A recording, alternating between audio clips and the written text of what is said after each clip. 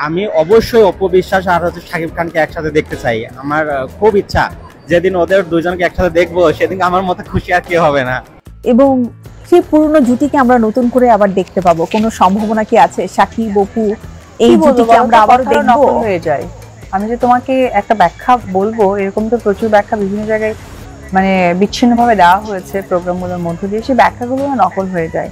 এত বিরক্ত লাগে যে কোনো কমপ্লিমেন্ট দিতেই না কোনো কিছু ঘিরে ইনসিকিউর লাগে আর বিরক্ত লাগে। মানে এখন জাস্ট লিটারেলি না, মানে বিরক্ত একটা আছে না, বিরক্ত লাগে। মানে কি বলবো, এই যে আমি বললাম কোনো না কোনো জায়গায় সেম ওয়ার্ডটা আবার ডিফারেন্ট ভাবে প্রেজেন্ট পাওয়া।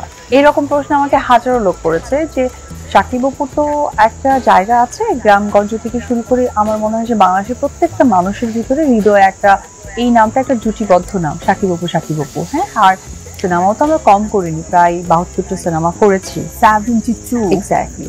তো ওই জায়গা থেকে আমাকে প্রায় প্রশ্ন এরকম ছুড়ে দেওয়া হতো যে আপনাদের সিনেমা দেখবে কিনা। তো ওটাকে আমি ব্যাখ্যা করে দিতাম যে দেখেন, একটি সিনেমা করার জন্য তো আর আমি যথেষ্ট নয়, একটা গল্প দরকার, প্রযোজক দরকার, এবং শাকিব খান এখন যেরকম মানে যে জায়গার হিরো হয়ে গেছেন সেই জায়গা থেকে তারও অনেক ব্যাপার থাকে। আর অবশ্যই একটা সিনেমার সাথে একটা ফাইন্যান্সিয়াল ব্যাপারটা থাকে।